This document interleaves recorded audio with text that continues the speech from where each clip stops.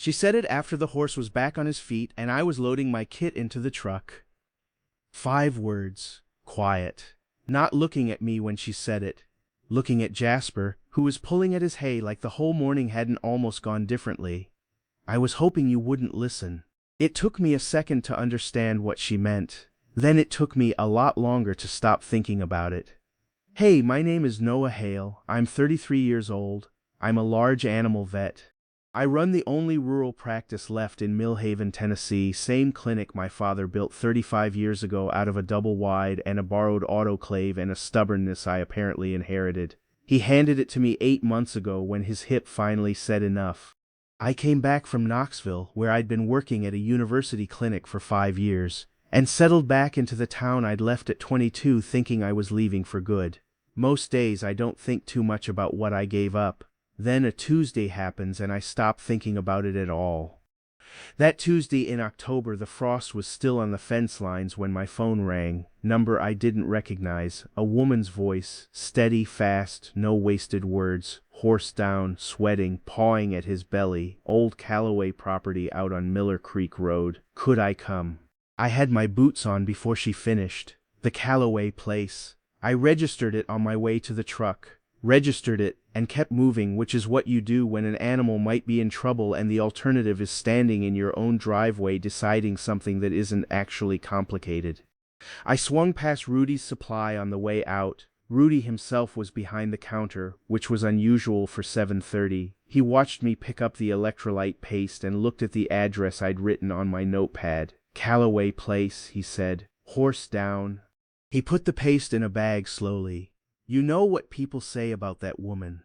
I know what the horse needs, I said. That's the part that's relevant to me. He gave me the look. The one that lives somewhere between respect and pity and can't quite commit to either. I'd been getting it a lot since I came back.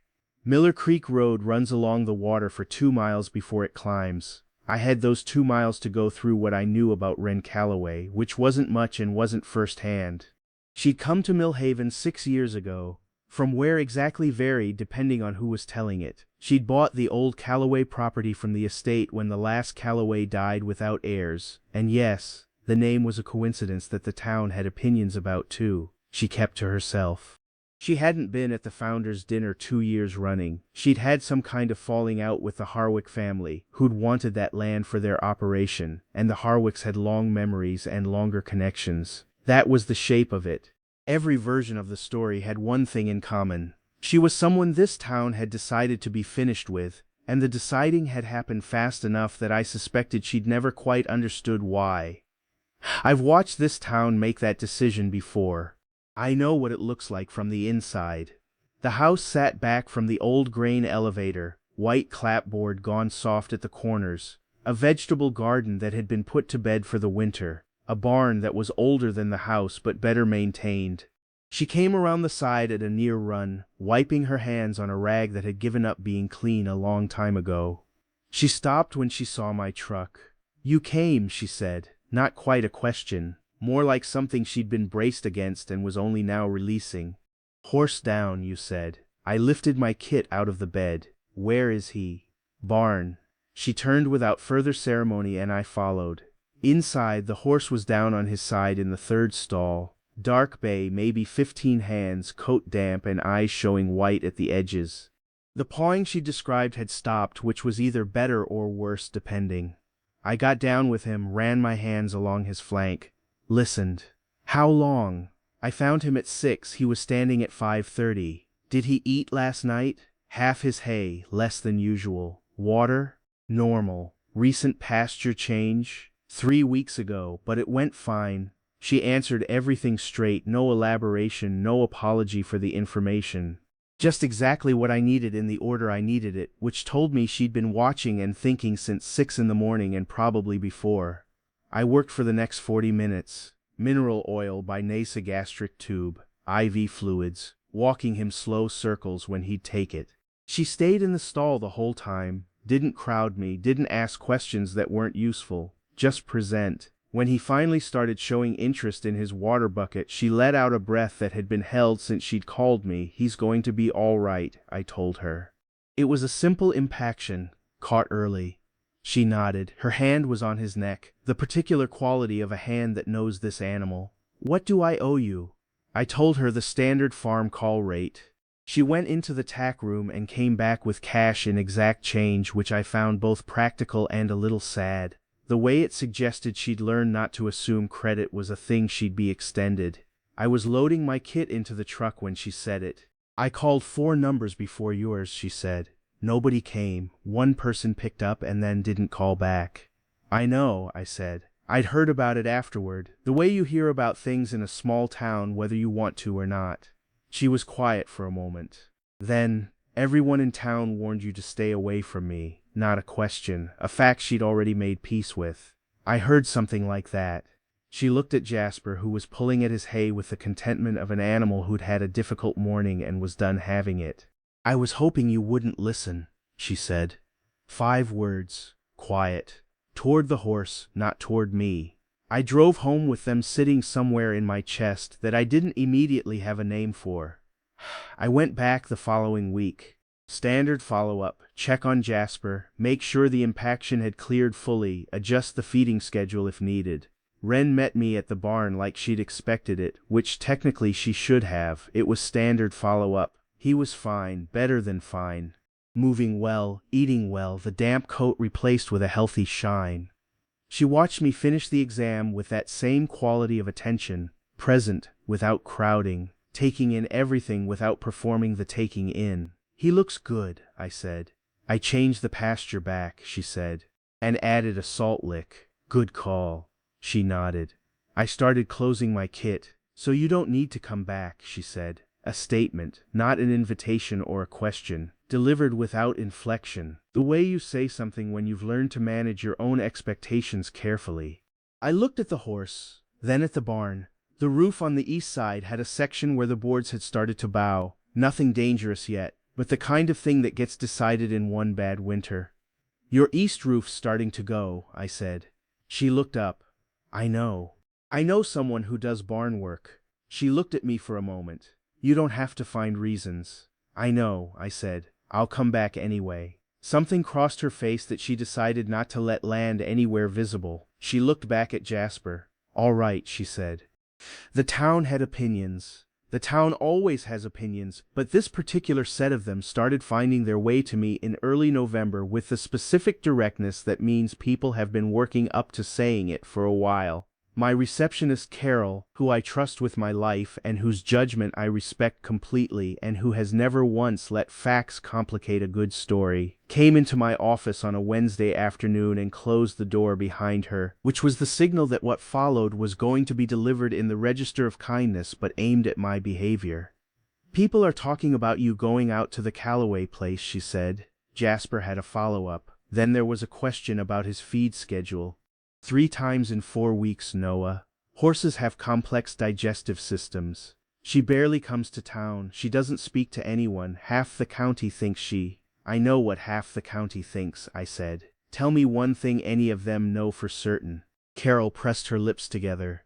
This was the face she made when she had the answer but didn't like where it led. The Harwicks lost that land, she finally said. They're not over it. No, I said. I don't imagine they are. She looked at me the way she'd looked at me since I was 12, and she'd been my father's receptionist, and I'd broken the waiting room lamp. Patient, resigned, slightly fond. Just be careful, she said. I'm always careful, I said. With animals, she said, and closed the door behind her.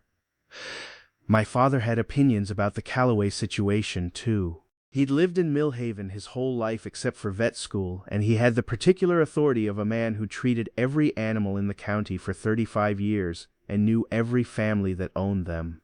He delivered his opinions carefully, the way he delivered most things, not telling you what to do, just making sure you had the information. The Harwicks have been sore about that land since before she ever showed up, he said one Sunday when I'd come by for dinner. He said it over the pot roast like it was a weather report. They'd have been sore whoever bought it. I know, I said. She maintained the place well? Better than well. He nodded. Cut his meat. Horse okay? Jasper's fine. Another pause. You going back out there? Probably, I said. He nodded again, set down his fork. looked at me the way he looked at animals when he was deciding something about them that they didn't know yet. Your mother would tell you to be careful about the town, he said. I'll tell you to be careful about the thing you're not saying yet. I looked at my plate. That's not the same advice, I said. No, he said, it isn't. He picked his fork back up, and that was the end of it. My father has never needed more words than the minimum, which is a quality I've tried to develop and mostly failed at except in the actual practice of veterinary medicine, where precision serves you better than eloquence anyway. I kept going. November became December. December got cold in the way that gets into old barns through the gaps in the board siding, and I helped her weather strip the worst of it over 2 Saturday mornings while Jasper watched from his stall with the mild interest of a horse who had given up being surprised by humans. We didn't talk about what I was doing out there after the horse had been cleared for 6 weeks. Neither of us said anything about it directly. What we talked about was everything else. She'd grown up in Shelby County, taught high school English for 4 years before a series of events she described in the careful language of someone who'd had to choose their words about it for long enough that the careful version had become the only version. A divorce, a family illness, the need for something that wasn't there anymore in a place she recognized. She'd found the property online, seen the photograph of the grain elevator against the sky, and recognized something in it she didn't have a word for yet. That's a strange reason to move somewhere, I said. I know, she said. It turned out to be the right one. Even with the welcome you got. She was quiet for a moment. The land was right. The land doesn't care about the Harwicks. She'd been running the property on her own since she arrived. A small herd of beef cattle, the vegetable garden, Jasper. She'd applied for a preservation grant for the grain elevator and been denied twice. She'd reapplied. You're stubborn, I said. She looked at the weather stripping in her hands. I prefer deliberate. What's the difference? Stubborn stops listening, she said. Deliberate listens and then decides anyway. I held that for a while. It seemed to me that deliberate was exactly the word, and that I'd been watching it in operation since October and hadn't had the right name for it until now. The call came at 2 in the morning in January. Jasper again. Different this time. He'd gotten into the grain room somehow, which meant the risk wasn't impaction but founder, and founder in a horse that age needed to be caught in the first hours or the damage compounded fast. I was in the truck in 4 minutes. The roads were iced at the edges and I took them carefully. The temperature had dropped hard after dark and the stars were the particular sharp kind that only happen when the air is very cold and very still. She was in the barn when I got there. Already had him standing, already had the grain removed, already had his pulse points mapped in her head. She told me his digital pulse readings before I could ask for them, which meant she'd looked up what to check and done it correctly at 2 in the morning in a cold barn alone. You learned his pulse points, I said. After October, I read everything I could find, she said. I wasn't going to call you at 2 in the morning not knowing what I was looking at. I worked, she assisted. The founder was early enough that with treatment and restricted movement and careful monitoring we caught it before it set. By 4 in the morning Jasper was stable and we were sitting on the barn floor with our backs against the stall boards. The way you sit when you've been standing for 2 hours and the danger has passed and your body has just now noticed. She had brought coffee at some point. I hadn't registered her leaving to make it. You didn't have to come, she said. It was Jasper, I said. You would have come if it was any horse. Yes, I said, but it was Jasper, so I came faster. She looked at her coffee. In the particular quiet of 4 in the morning with the cold outside and the horse breathing steadily and the barn smelling like hay and effort, she said, Noah, yeah. Why do you keep coming back here? I thought about the honest answer which was available to me and which I'd been working toward for 3 months without quite arriving. Because every time I leave I find a reason to come back, I said, and I've stopped pretending the reason is Jasper. She looked at her hands around the coffee cup. The town will have an opinion whatever I do, I said. I've been back almost a year. I already know that. She was quiet for a long time, long enough that I thought maybe I'd said it wrong or too much or too directly. Then she said, in October, after everyone warned you, I thought you probably wouldn't come, but you called. Jasper needed a vet. That's not all of it, I said. She looked at me. In the lamplight of the barn at 4 in the morning with the coffee getting cold between us, she said, No, That's not all of it. We didn't go back inside that night. The coffee had gone cold a long time ago, and neither of us mentioned it. The barn had gotten a little warmer with the hours, or maybe we'd just adjusted. Jasper settled into a standing doze sometime around 5, which is the specific posture of a horse who has decided the crisis is over and has withdrawn his participation from the proceedings. Outside the barn doors, the dark was going gray by increments, the particular gray that is the earliest version of morning, the one that comes before color, before warmth, before anything that feels like a day has started. "You can go," she said. "You've been here 5 hours." "I know how long I've been here." She looked at Jasper. "He's stable. He is. So there's no reason, Wren." She stopped. "I know there's no reason," I said. "I'm still here." She was quiet for a moment. Then she got up and went to the barn doors and pushed them open enough to look out at the morning coming in over the property, the pasture, the elevator, the vegetable garden still under frost. "I'll make breakfast," she said, not looking at me, just a fact she'd decided. "You don't." "I know I don't." I got up. We went inside. It was the first morning I'd been in her kitchen before the day had properly started, and it felt different from the other times, quieter, more honest. The way a place is when you've arrived before its ordinary performance has had time to begin. She made eggs without asking what I wanted, and I ate them at the kitchen table while the sun came up in the east windows and Jasper's outline appeared in the near pasture, moving again, grazing, entirely over it. I drove home at 7:30 in the particular state of someone who hasn't slept and doesn't mind.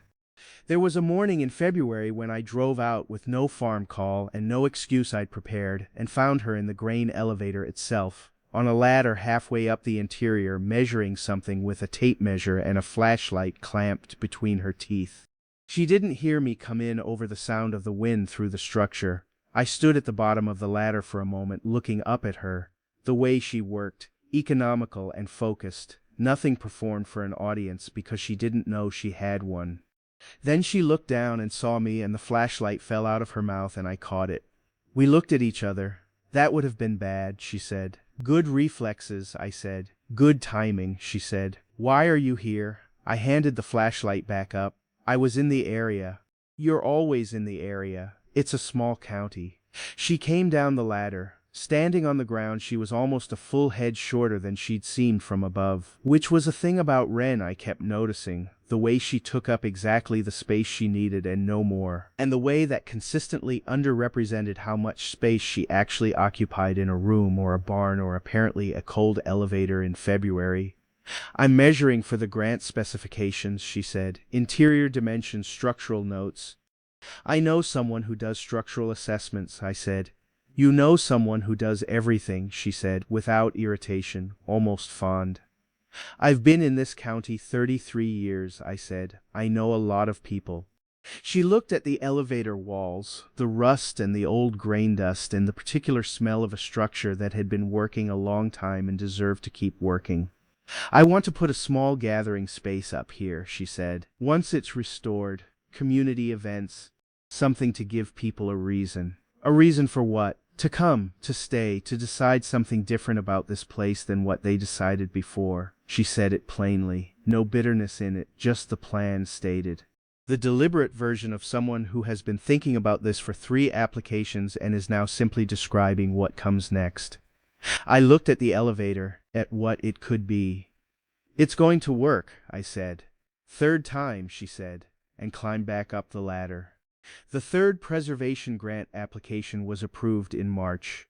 The grain elevator, which had been dying slowly since the last Calloway stopped farming, would be restored with heritage funds. Wren called me when the letter came, and I could hear in her voice the particular quality of someone receiving something they'd fought for long enough that they'd had to practice not expecting it. I drove out that evening, not a farm call, just out. She was standing on the dock of the elevator with the letter still in her hand when I pulled in. Jasper was in the near pasture. The cattle were where they always were. The vegetable garden had started showing the first green of the year along the south beds. She handed me the letter without saying anything. I read it, folded it back, handed it back. "Congratulations," I said. "3rd application," she said. "I know. Most people would have stopped at 2. "I told you," she said. deliberate. I looked at the elevator. The rust streaks on the corrugated steel, the way the late afternoon light hit it and turned the rust to something that looked almost intentional. The kind of structure that had been here long enough to have its own gravity. It's going to look the way it should, I said. It already does, she said, just not to everyone yet. She said it plainly, without weight, the way she said most things, but it landed. I reached over and took her hand. She didn't pull it away. Neither of us said anything about it. Some things don't need the ceremony. Spring came to the Calloway property in a particular way. The apple trees Wren had planted along the south fence, 2 years old, not producing yet, but established, leafed out in the second week of April. The pasture came back green fast after a wet March. Jasper, who had an unerring instinct for the best grass, found the new growth within an hour of it being available and stood in it with the complete satisfaction of an animal whose winter complaints had been entirely vindicated. I drove out on a Tuesday with no purpose I'd named even to myself and found her in the vegetable garden turning the south beds with a fork, which is early April work if you're planning to be ahead of the season. She was, always. You're starting early, I said. I'm starting on time, she said. Everyone else starts late. I got a second fork from the barn without being asked. She looked at me when I came back with it. You don't have to. I know, I said, and started on the adjacent row. We worked for an hour in the particular silence of shared physical work, the kind that doesn't need to be filled because it's already full of something.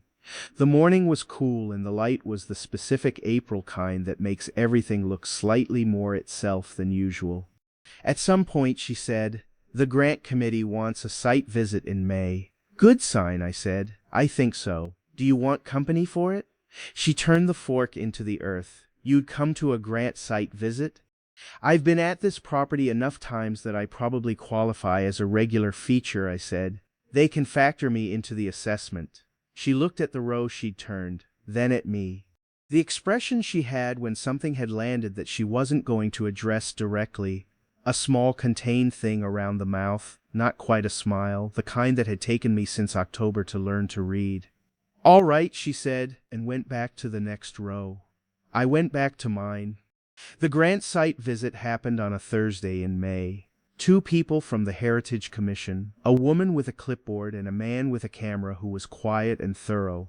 Wren walked them through the elevator with the focused efficiency she brought to everything, measurements ready, documentation organized, the history of the structure laid out in a sequence that answered the questions before they were asked. I stood at the edge of things and watched her work. She'd been preparing for this for 3 applications. She knew the building better than anyone. When the woman with the clipboard asked about structural concerns, Wren had a prepared report from an engineer she'd commissioned in February.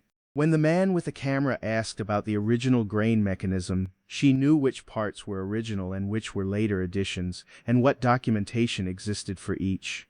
At some point the woman glanced at me and said, "Are you also involved with the property?" "He's the vet," Wren said, without looking up from the documentation. "For the elevator?" the woman said. "For the horse," Wren said, and turned the next page. The woman looked at me. I looked at the elevator. After they left, Wren stood on the dock looking at their car until it turned off the property road. Then she said, "Thank you for coming." "You didn't need me here," I said. "I know," she said. "Thank you anyway." She went inside. I stood on the dock for a moment, watching the road they'd turned off of, and thought about the way she'd said he's the vet, plain and precise and somehow the truest description of what I was while also being the smallest version of what I was. I went inside too.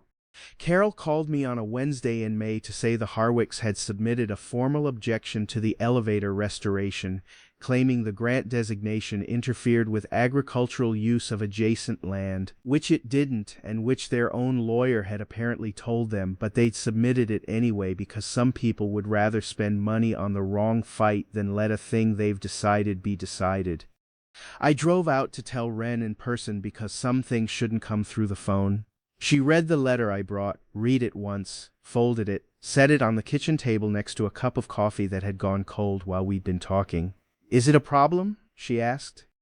"Probably not legally," I said, "but it'll slow things down, and it'll give people something to talk about." "People already have something to talk about," she said. More of it then. She looked at the folded letter. She got up and refilled both our cups, sat back down. I'm not leaving, she said. Quiet. No performance in it, just the statement. I know, I said, and I'm not changing the application. I didn't think you would. So, she picked up her coffee. What's the next step? I told her. We worked through it at the kitchen table the way we'd been working through things since October, her asking the right questions and me knowing most of the answers and neither of us pretending this was anything other than what it was.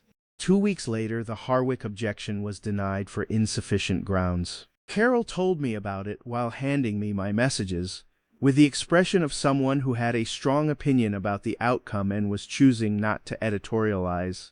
Good, I said. Yes, she said, and handed me the messages. The town came around. Not all of it, not fast. But by summer, the kind of people who reconsider things when the facts keep arranging themselves inconveniently had started to reconsider. Carol came to me in June and said she'd heard from Doris Harwick that the preservation grant had put Millhaven on a heritage trail map, which had brought 12 tourists through in one weekend, which had led to a conversation at the chamber meeting about what else the property might draw. The wind changed, Carol said. The wind was always going to change, I said. It just needed something to change against. Carol looked at me with the face she made when she suspected I was being philosophical and wasn't sure she approved. You're happy, she said, like she was reporting the weather. Yes, I said. Good, she said, and went back to the front desk. The evening I told her I loved her was not a planned evening. It was the second Tuesday in June. I'd driven out after a long day of farm calls that had ended at 7, and I was tired in the specific way of someone who has been useful all day and is now done being useful and wants to be somewhere that doesn't require it. She was on the dock, coffee, the elevator behind her in the low evening light, Jasper in the near pasture, the cattle where they always were. I parked and sat there for a moment before getting out. Looked at the property the way I'd been looking at it for 8 months, not as a place I was going to, but as a place I was coming back to. The distinction had clarified itself sometime in February, and I'd been sitting with it since. She had seen my truck and hadn't moved, which was how she indicated she'd registered something without making a production of it. I got out, walked to the dock. She handed me the second coffee without being asked, which she'd had ready, which meant she'd seen me coming and made it. Long day, she said. Long enough. We stood for a while, the light doing the thing it did at this hour on this property, Jasper doing the thing he did. Wren, I said. Yeah. I want to say something, and I want you to know I've been thinking about it since January, and this isn't the version where I don't say it. She looked at her coffee. Okay, I love you, I said. I think I knew it somewhere around the February elevator visit, and I've been being careful about it since then because careful seemed right, but I'm done being careful about it. She was quiet for a long moment. The particular quiet of someone who is sitting with something real and giving it the time it needs. Then she said, in October, when Jasper was back on his feet and you were loading your truck, I said something. I heard you, I said. I meant more than the words, she said. I was hoping you wouldn't listen to any of it. The town, the reasons, I was hoping you'd just keep coming. I did, I said. You did, she said. She turned and looked at me directly, which she did when something was settled. I love you too. I've been being careful about it since about December. We were both being careful at the same time, I said. Apparently, she said, we should have talked sooner. We talked constantly, I said. About the horse, she said, and the fence, and the elevator, and the grant. About everything except, I said. She looked at Jasper, then at me, and she smiled. The real one, not the contained almost smile. The one that I'd been working toward since October without knowing precisely what I was working toward. I kissed her on the dock in June, with the elevator behind us and the cattle in the distance and Jasper doing exactly what he always did. The weeks after that were different and the same. Different in the ways that mattered. The coffee made when she saw my truck. The hand taken without ceremony. The particular quality of being somewhere you're expected rather than somewhere you showed up. The same in all the ways that had always been true: Jasper in the near pasture, the cattle where they always were, the elevator rising slow and certain, the work of the property continuing with the same undramatic attention it had always required. She didn't change because we'd named something. That was the thing I kept noticing. Some people, when a thing is decided, begin performing the decision. The warmth increases, the attention intensifies, the relationship becomes its own subject. Wren didn't do that. She was simply what she'd always been, with the addition of coffee made when she saw my truck. "You're easy to be around," I told her one evening in late June. She looked at the orchard. "You say that like it's a surprise." "It is, a little." "Why?" I thought about it. "Because most things that matter are hard to be around," I said. "You're one of the things that matters, and you're not." She was quiet for a moment. Then, "That might be the most specific compliment I've ever received." "I'm a vet," I said. "I work in specifics." She almost smiled. "Good," she said, and went back to what she'd been doing. What I know about stubborn versus deliberate. My father was stubborn. He built the clinic through 15 years of the county telling him a rural practice couldn't sustain, and he did it by not listening to that particular conversation. He handed it to me when his hip gave out and said, "Just keep showing up, the rest figures itself out." What I know about showing up: I drove out to Miller Creek Road on a cold October morning because a horse was sick and someone had called. I came back the following week because that's what a follow-up requires. I came back after that because the roof needed attention and I knew someone. I stopped finding reasons in December. After that I just came. The horse was the reason I started. Wren was the reason I kept going. And somewhere in the distance between those two things is the whole story. On a Tuesday in July she met me at the dock with coffee already made, which she'd started doing sometime in April, when we both acknowledged, without quite saying it, that I didn't need to call ahead anymore. The grain elevator was in the first week of restoration behind her. Jasper was in the near pasture. The south beds were full of tomatoes she'd staked carefully against the season. "You didn't call," she said. "Not a complaint, an observation." "I haven't needed a reason in a while," I said. I wasn't going to start inventing one. She handed me the coffee and stood close enough that I could smell the morning still on her hair. That same quality of calm she carried everywhere. The specific calm of someone who had decided what they were doing and was doing it without apology. "In October," she said, "when you left, you didn't hear me say it." "I heard you," I said. She looked at the elevator, the work crews starting their morning, the particular sound of restoration, not building new but making right what had been there a long time and deserved to keep standing. "I was hoping you wouldn't listen," she said, "to them." "I know," I said, "and you didn't." "No," I said, "I didn't."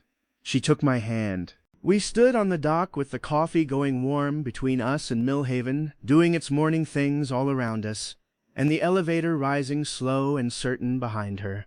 The way things do when someone has been deliberate about them long enough. If you've ever shown up for someone when the whole town said don't, if you've ever kept coming back without needing the reason to make sense to anyone else, subscribe to Whispering Porch Stories and join us every week for a new one. Leave a like if Wren's 5 words stayed with you. And in the comments, has someone ever hoped you wouldn't listen to what everyone else was saying? We'd love to hear it. See you next time.